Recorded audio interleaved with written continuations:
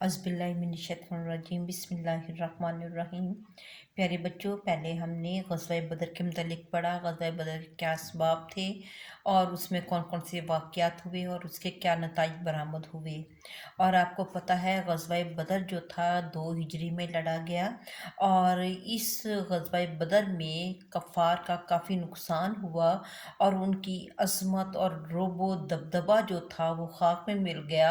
اس کی وجہ سے ایک اور جنگ کا ہونا ضروری تھا۔ تو یہ جنگ جو دوسری ہوئی وہ 3 ہجری میں، یعنی کہ اس سے اگلے سال شوال 3 ہجری میں، شوال کے مہینے میں، عربی جو ہمارے مطلب اسلامی مہینے ہیں اس کا شوال کا مہینہ تھا، 625 عیسوی میں یہ جنگ ہوئی۔ اور یہ جنگ، اس کو غزوہ احد کہتے ہیں۔ احد ایک پہاڑ کا نام ہے جو مدینہ کے شمال میں 3 میل کے فاصلے پر ہے۔ اور چونکہ یہ جنگ جو ہے احد پہاڑ کے دامن میں ہوئی، جو مدینہ کے مشرق اور مغرب میں پھیلا ہوا ہے۔ کبھی اللہ تعالیٰ آپ لوگوں کو مدینہ لے کر جائے تو آپ دیکھیں گے کہ غزوہ جو یہ احد پہاڑ ہے اس نے تقریباً پورے مدینہ کو گھیرا ہوا ہے۔ تو یہ مشرق اور مغرب میں پھیلا ہوا ہے۔ اس مقام میں جنگ کی وجہ سے اس کو غزوہ احد کہتے ہیں۔ اور اب تو یہ جو احد کا پہاڑ ہے یہ تو مدینہ کے اندر آ چکا ہے۔ تو غزوہ احد کیوں لڑی گئی اور اس کے کیا اسباب تھے؟ تو اس کے اسباب میں جو چیز پہلے آتی ہے وہ یہ ہے جنگ بدر میں کفار کی شکست۔ جنگ بدر کی شکست جو تھی یہ سب سے بڑی وجہ تھی۔ کیوں کہ غزوہ بدر میں قریش کے بہت سارے سردار مارے گئے، 70 افراد جو تھے وہ قید ہوئے، اور اس سے ان کی قوت پر کاری ضرب لگی، اور اس لیے وہ اپنی شکست کا بدلہ لینا چاہتے تھے، کیونکہ یہ ان کے وقار کی بحالی کے لیے بہت ضروری تھا۔ اگر وہ ایسا نہ کرتے تو پھر کیا تھا؟ پھر ان کی قیادت ختم ہو جاتی، کیونکہ غزوہ بدر سے ان کی ہوا جو تھی وہ اکھڑ گئی تھی۔ تو اس لیے ضروری تھا کہ ایک اور جنگ کرتے۔ پھر دوسرا سبب تھا جذبہ انتقام۔ عربوں کے ہاں جو تھا یہ انتقام کا جو جذبہ تھا یہ فطری تھا اور بہت یہ شدید تھا۔ جب کوئی ان کو قتل کرتا یا لڑائی کرتا تو یہ صدیوں تک اس کا وہ مطلب بدلہ لیتے تھے۔ تو کئی نسلیں ان کی اس جذبہ انتقام سے بھسم ہو جاتی تھیں۔ اس لیے جنگ احد ان کا جذبہ انتقام کا لازمی نتیجہ تھی، اور اس کے بغیر ان کے جذبات کو تسکین نہیں مل سکتی تھی، اس لیے جنگ احد ناگزیر تھی۔ پھر ہم دیکھتے ہیں غزوہ سویق۔ غزوہ سویق جو ہے، ابو سفیان جو اس وقت یہ سردار بن گیا تھا، جب ابو جہل مارا گیا، ابو لہب مارا گیا، تو اس کے بعد جو یہ ابو سفیان تھا یہ عرب کا سردار بن گیا۔ تو یہ اپنے جو غزوہ بدر کے اپنے ساتھیوں کا بدلہ لینے کے لیے مدینہ آیا اور یہودیوں کے پاس ٹھہرا، اور صبح کو اس نے عریس کی چراگاہ میں گھاس کا انبار اور مکانات کو جلا دیا۔ اس کے علاوہ ایک انصاری سعد بن عمر کو بھی شہید کر دیا۔ حضور اکرم صلی اللہ علیہ وآلہ وسلم نے اس کا پیچھا کیا، لیکن ابو سفیان بچ کر نکل گیا۔ اس سے مسلمانوں کو اندازہ ہوا غزوہ سویق سے کہ قریش جو ہے یہ کسی وقت بھی مسلمانوں پر حملہ کر سکتے ہیں، اس لیے مسلمانوں نے آنے والے مطلب لڑائی کے لیے اپنے آپ کو تیار کرنا شروع کر دیا۔ پھر ہے اقتصادی بدحالی کا خطرہ۔ اقتصادی بدحالی کا خطرہ، تو اس کا سبب یہ تھا کہ جب ابو سفیان کا قافلہ آ رہا تھا، آپ کو پتہ ہے غزوہ بدر میں، اور اس میں بہت مال لگا ہوا تھا، تو اس کو ابو سفیان کو ڈر پڑ گیا کہ کہیں مسلمان پر حملہ کر کے مال نہ چھین لیں۔ تو اس وجہ سے اقتصادی محاصرے اور بدحالی کا خوف تھا جو اس جنگ یا غزوہ احد کا باعث بنا۔ اس لیے وہ چاہتے تھے قریش مکہ کے مسلمانوں کو ختم کر کے یہ جو خطرہ ہے جس میں تجارتی شاہراہ کا وہ مسلمان محاصرہ کر لیتے تھے، اس کو ہمیشہ کے لیے ختم کر دیا جائے۔ تو اور اس کے علاوہ بنو امیہ کی جو سرداری تھی یہ بھی ایک اہم سبب تھا۔ بنو امیہ کی سرداری وہ کس طرح؟ بنو امیہ جو تھے، اب ابو جہل جب قتل ہو گیا اس کے بعد ابو سفیان قریش کا رئیس ٹھہرا تو بنو امیہ سے یہ تعلق رکھتا تھا۔ اگرچہ بنو امیہ جو تھے یہ بنو ہاشم کے رشتہ دار تھے، گہرے تعلقات تھے، لیکن حضور اکرم صلی اللہ علیہ وآلہ وسلم کے ہاشمی ہونے کی سبب بنو امیہ جو تھے یہ آپ صلی اللہ علیہ وآلہ وسلم کے سب سے بڑے حریف بھی تھے، اور یہ چیز بھی جنگ احد کے اسباب میں ایک سبب تھی کیونکہ بنو امیہ کا خاندان نبوت کے پرانے حریف تھے۔ اور پھر وقار کا مسئلہ، وقار یا ناک کا مسئلہ ہم اس کو کہہ سکتے ہیں، وقار کا مسئلہ وہ یوں تھا کہ بعض اوقات لڑنا یا مقابلہ کرنا وقار کا مسئلہ بن جاتا ہے۔ جنگ بدر میں مسلمانوں سے بدلہ لینا قریش کے وقار کا مسئلہ تھا، اس لیے جنگ احد کرنا ان کے لیے ان کی عزت کی بحالی کے لیے ضروری تھا کہ گویا اگر یہ دوبارہ جنگ نہ کرتے تو لوگوں نے ان کا وقار لوگوں کی نظروں میں ختم ہو جانا تھا، تو اپنے وقار کو قائم رکھنے کے لیے ان کو غزوہ احد کرنا پڑا۔ پھر سیاسی و مذہبی قیادت کے طرف سے بھی ہم دیکھتے ہیں قریش عرب کے سیاسی اور مذہبی قائد تھے۔ جنگ بدر کی ذلت امیز ان کو شکست ہوئی تھی جس کی وجہ سے ان کی قیادت کو حقیقی طور پر خطرہ تھا، اس لیے جنگ احد جو ہے اپنی سیاسی و مذہبی قیادت کو دوبارہ سے لوگوں کی نظروں میں بہتر کرنے کے لیے ان کو غزوہ احد لڑنا پڑا۔ پھر ہے یہود کی دشمنی۔ یہود کی دشمنی تو یہود کی دشمنی کیا تھی؟ یہود آپ کو پتہ ہے مدینے میں کافی تھے، لیکن یہ لوگ جو تھے یہ چھپے ہوئے دشمن تھے، ان کا جو وار تھا یہ ہمیشہ چھپ کر ہوتا تھا۔ یہود جنگ بدر کی فتح سے بہت ناخوش تھے، یعنی خوش نہیں تھے بلکہ ناخوش تھے، وہ کسی صورت بھی اسلام کا فروغ نہیں چاہتے تھے۔ انہوں نے قریش مکہ کو ابھارا کہ وہ مسلمانوں سے جنگ کریں۔ کعب بن اشرف یہ یہودیوں کا سردار ہے۔ کعب بن اشرف جو یہودیوں کا سردار تھا وہ مکہ گیا، قریش مکہ کو جنگ پر ابھارا اور ان کو اپنی امداد کا یقین دلایا۔ اور اس کے علاوہ ابو سفیان نے غزوہ سویق میں جب اس نے مسلمانوں کی چراگاہ کو جلایا اور ایک انصاری کو بھی قتل کیا، اس وقت بھی ابو سفیان جب آیا تو ایک یہودی کے گھر وہ ٹھہرا، یعنی کہ اس کا ایک یہودی سردار نے، بنو نذیر کا سردار تھا، اس نے اپنے گھر میں ابو سفیان کو ٹھہرایا، مہمان بنایا اور مدینہ کے جنگی رازوں سے آگاہ کیا۔ تو یہود کی دشمنی جو ہے یہ بھی ایک سبب تھا غزوہ احد کی جنگ کا۔ غزوہ احد کے اسباب میں سے ایک سبب یہود کی دشمنی بھی تھی۔ پھر ہے شورا کا کردار کہ آپ کو پتہ ہے عرب جو ہے اپنی شاعری کے لیے بڑا مشہور ہے، اور جب یہ قریش مکہ جو تھے یہ شکست کھا کر واپس آئے تو ان کے جو شاعر حضرات تھے انہوں نے مرثیے لکھے اور اس طرح کے مضامین لکھے جنہوں نے لوگوں کے دلوں میں آگ لگا دی۔ نہ صرف ان کے مرد حضرات شعراء بلکہ ان کی جو خواتین شاعرات تھیں انہوں نے بھی بہت اس طرح کی مرثیہ خوانی کی اور لوگوں کو جنگ کے لیے اپنے اشعار کے ذریعے لوگوں کو جنگ کے لیے ابھارا۔ تو شعراء کا جو کردار تھا یہ بھی غزوہ احد کا ایک سبب تھا۔ پھر رسول اکرم صلی اللہ علیہ وآلہ وسلم کے قتل کی سازش۔ قتل کی سازش جو تھی یہ کس نے بنائی تھی؟ یہ مکہ کے جو سردار تھے، رئیس تھا صفوان بن امیہ یہ مکہ کا ایک رئیس تھا.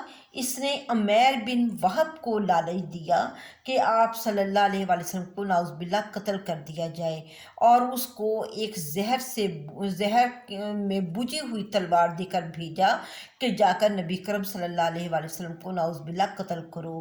لیکن جب وہ مدینہ پہنچا تو وہ گرفتار ہو گیا، اور اس نے اپنی اس سازش کا اعتراف کیا کہ مجھے اس طرح آپ صلی اللہ علیہ وآلہ وسلم کو قتل کرنے کے لیے بھیجا گیا ہے. تو اس طرح غزوہ احد کے تمام اسباب پورے ہو چکے تھے، اور مسلمانوں کو یقین ہو گیا کہ اب قریش مکہ جنگ کے بغیر نہیں ٹلیں گے. تو اب واقعات کیا ہوئے؟ واقعات میں آپ کو بتاؤں گی کہ جب مسلمانوں کی طرف سے قریش مکہ کی طرف سے جو یہ اسباب تھے، ان سب چیزوں کو دیکھتے ہوئے مسلمانوں کو یقین ہو گیا تھا کہ قریش نے ایک اور جنگ ضرور کرنی ہے. اور دوسری طرف آپ صلی اللہ علیہ وآلہ وسلم کو آپ کے چچا حضرت عباس رضی اللہ تعالیٰ عنہ نے، جو مکہ میں مقیم تھے اور مسلمان ہو چکے تھے، خفیہ طریقے سے قریش مکہ کی تیاریوں کے بارے میں آگاہ کیا. تو آپ صلی اللہ علیہ وآلہ وسلم نے ان کی اطلاع ملتے ہی جنگ کی تیاریاں شروع کر دیں. اس کے بعد آپ صلی اللہ علیہ وآلہ وسلم نے اپنے ساتھیوں سے مشورہ کیا کہ ہمیں یہ جنگ کس طرح کرنی چاہیے. مسلمان جو تھے بڑے جوش و خروش میں تھے، اور ان مسلمانوں میں کچھ نوجوان بھی تھے. ان نوجوانوں نے جوشیلے، جو مسلمان مطلب نوجوان تھے، آپ کو پتہ ہے نوجوان جوشیلے ہوتے ہیں، انہوں نے یہ کہا کہ ہمیں یہ جنگ جو ہے شہر سے، مدینہ سے باہر نکل کر لڑی جائے. اور حالانکہ نبی کرم صلی اللہ علیہ وآلہ وسلم کی اپنی رائے یہ تھی کہ مدینہ میں رہ کر جنگ کی جائے، لیکن آپ صلی اللہ علیہ وآلہ وسلم نے اپنے ساتھیوں کے مشورے سے مدینہ سے باہر جا کر جنگ کرنے کا ارادہ کیا. اور اس وقت آپ صلی اللہ علیہ وآلہ وسلم 1000 کا لشکر لے کر مدینہ سے باہر روانہ ہو گئے. اور اس وقت جب آپ 1000 کا لشکر لے کر روانہ ہوئے، رستے میں عبداللہ بن ابی کون ہے؟ میں نے پہلے بھی بتایا جی، یہ جو ہے منافقین کا سردار ہے، اس کا نام ہے عبداللہ بن ابی. اس نے اپنے 300 سواروں کے ساتھ علیحدگی اختیار کر لی. یعنی کہ پہلے یہ جو ہے عبداللہ بن ابی کے 300 ساتھی جو تھے، یہ مسلمانوں کے لشکر کا حصہ تھے. کل ان کو ملا کر 1000 کا لشکر تھا مسلمانوں کا. تو جب مسلمان باہر نکلے، غزوہ احد کی طرف گئے، کوہ احد کی طرف گئے، تو عبداللہ بن ابی نے 300 ساتھیوں کے ساتھ علیحدگی اختیار کر لی. اور اس کی وجہ کیا تھی؟ اس نے یہ بتائی وجہ کہ مدینہ میں رہ کر لڑنا چاہیے، باہر جا کر نہیں لڑنا چاہیے. اور اس پر وہ ناراض ہو گیا اور 300 ساتھیوں کو لے کر ایک طرف چلا گیا. اور اس طرح مسلمان کتنے رہ گئے؟ 700 رہ گئے. جبکہ کفار کے لشکر کی تعداد کتنی تھی؟ 3000.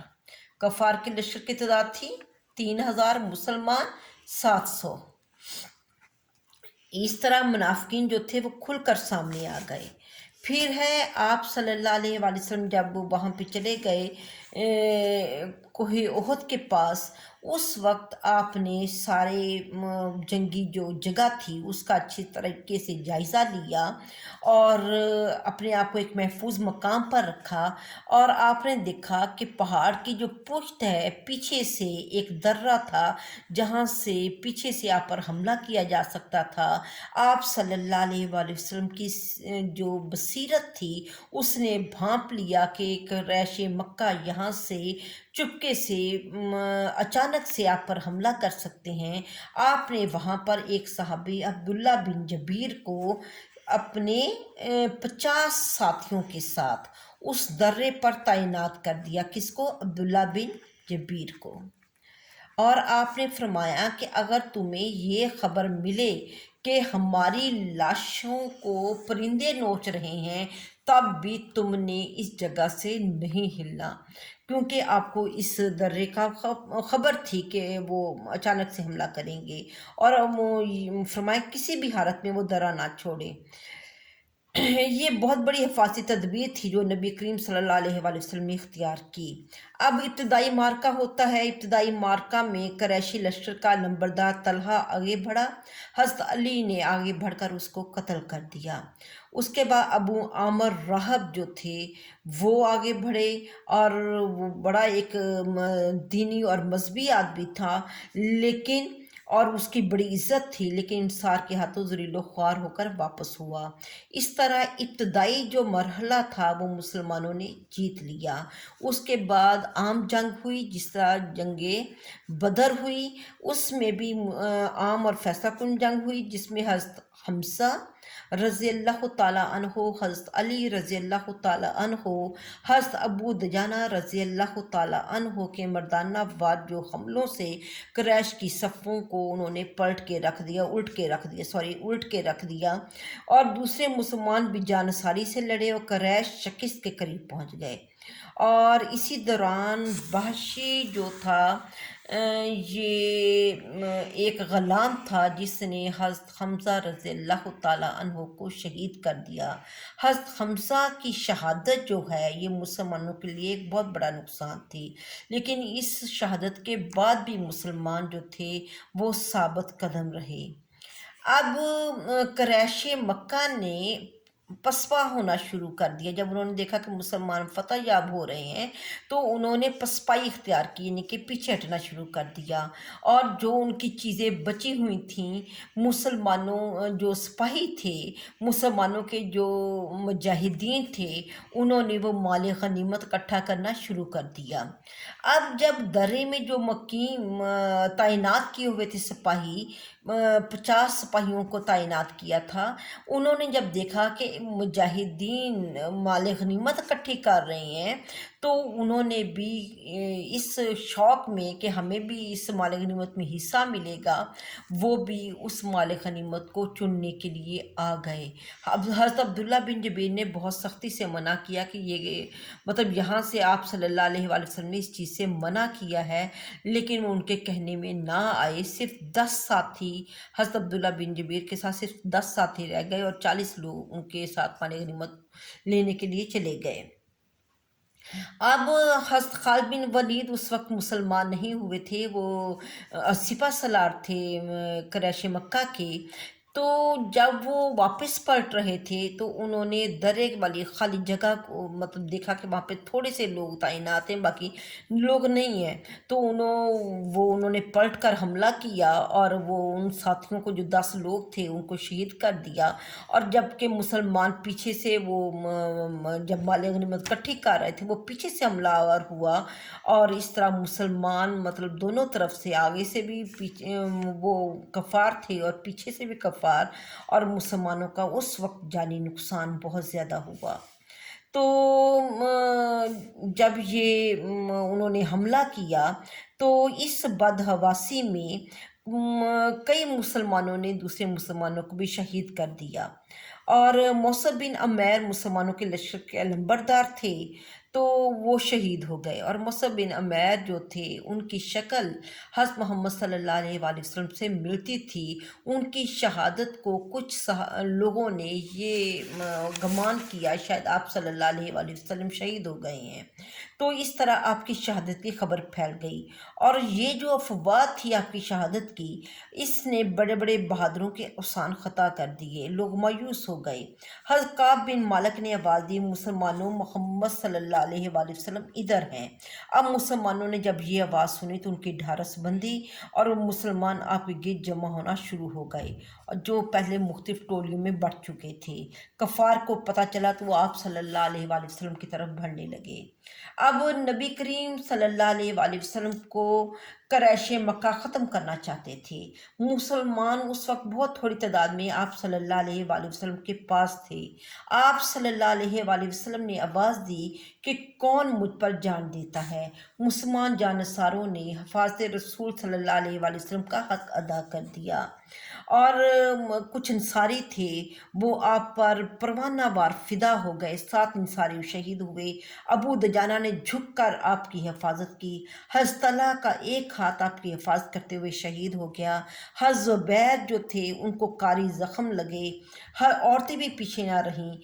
عمارہ آپ صلی اللہ علیہ وآلہ وسلم کی حفاظت کرتے ہوئے زخمی ہو گئی، اور اس کوشش کے باوجود ابن کمیہ رضی اللہ تعالیٰ عنہ نے آپ صلی اللہ علیہ اس کوشش میں جو ایک کافر تھا ابن کمیہ، اس نے آپ صلی اللہ علیہ وآلہ وسلم کے چہرے مبارک پر تلوار کا وار کیا، جس سے آپ صلی اللہ علیہ وآلہ وسلم کا جو لوہے کی جو خرد ہوتی ہے اس کی 2 کڑیاں آپ کے رخسار مبارک میں پیوست ہو گئیں، اور آپ کے منہ پر پتھر لگنے کی وجہ سے آپ کے 2 دانت مبارک بھی شہید ہو گئے۔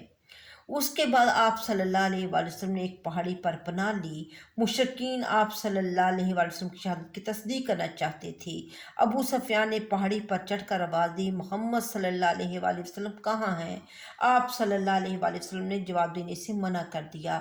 ابو سفیان نے ابو بکر اور عمر رضی اللہ تعالیٰ عنہ کو آواز دی، اس پر بھی کوئی جواب نہ ملا تو اس نے نعرہ بلند کیا کہ سب مارے گئے۔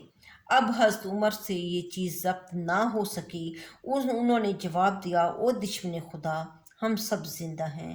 اس پر ابو سفیان نے حبل کی جے کا نعرہ لگایا، اور آپ صلی اللہ علیہ وآلہ وسلم کے کہنے پر حضرت عمر نے اللہ اجلو اللہ اعظم کا نعرہ لگایا۔ اب جو تھے، جب مسلمان جو ٹکڑیوں میں بٹے ہوئے تھے، جب یہ نعرہ سنا تو سب کٹھے ہو گئے، اور حتیٰ کہ ان کی بڑی تعداد جمع ہو گئی۔ قریش نے جب دیکھا کہ مسلمان سارے اکٹھے ہو رہے ہیں، ان کی ہمت پست ہو گئی، وہ مکے کی جانب روانہ ہو گئے۔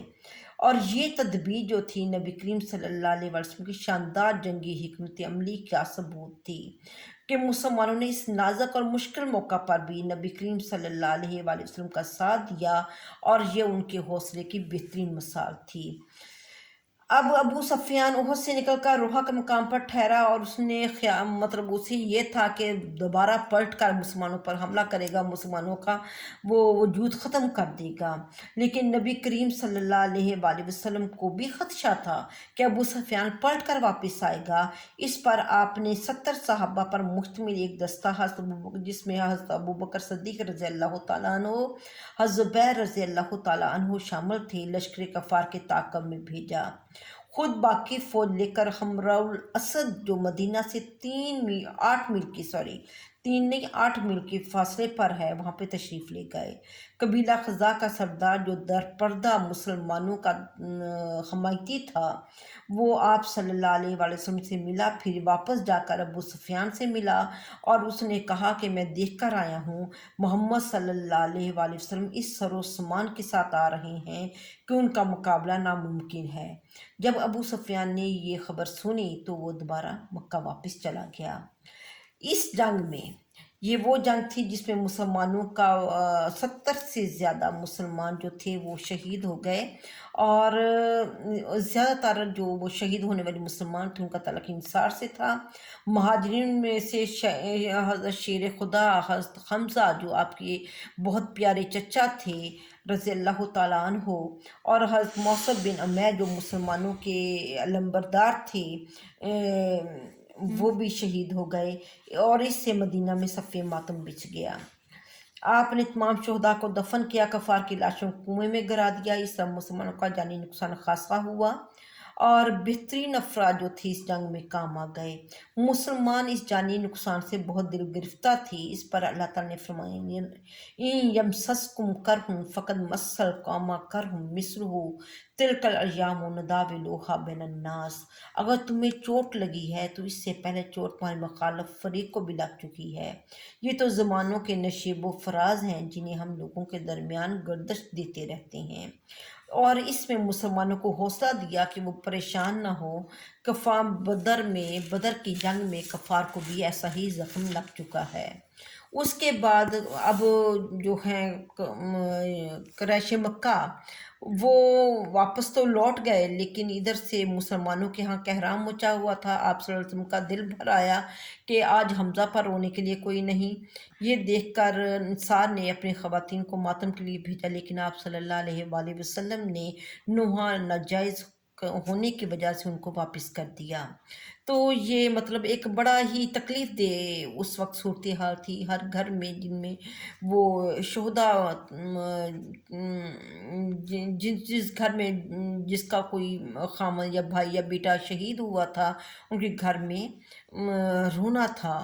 تو اس جنگ کے جو نتائج ہیں وہ یہ ہیں کہ جنگ بے شک وقتی طور پہ ہم یہ تاثر تھا کہ جو کفار مکہ ہے ان کی جنگ میں ان کو فتح ہوئی، لیکن دراصل یہ جنگ بھی کسی بھی نتیجہ کی پیش خیمہ نہیں تھی۔ اس میں نہ تو فتح تھی نہ شکست تھی، اس میں واضح طور پہ کسی کی بھی فتح نہیں تھی۔ اس سے پہلے غزوہ بدر میں مسلمانوں کا پلہ بھاری تھا اور اس جنگ میں کفار کا پلہ بھاری تھا، اور اس طرح یہ یوں سمجھیں کہ برابر ہو گیا تھا کام، اور اس میں کسی کو بھی ہم نہیں کہہ سکتے تھے کہ فلاں جو ہے وہ مطلب سبقت لے گیا۔ تو اس سے جو تھا ایک اور سبق مسلمانوں کو ملا، نافرمانی کی جو سزا نافرمانی کی تھی، جو نبی کریم صلی اللہ علیہ وسلم کا حکم تھا اس کے بارے میں، حضرت عبداللہ بن جبیر کو جو انہوں نے حکم دیا تھا کہ یہاں سے نہیں ہلنا، اور ان کے ساتھیوں نے نافرمانی کی اور اس جگہ کو چھوڑ دیا، جس کی وجہ سے مسلمانوں کو کاری ضرب لگی۔ تو نافرمانی جو تھی اس سے مسلمانوں کو پتہ چل گیا کہ جب بھی وہ نبی کریم صلی اللہ علیہ وسلم کی نافرمانی کریں گے ان کو نقصان اٹھانا پڑے گا۔ تو یہ ایک بہت بڑا سبق تھا مسلمانوں کے لیے۔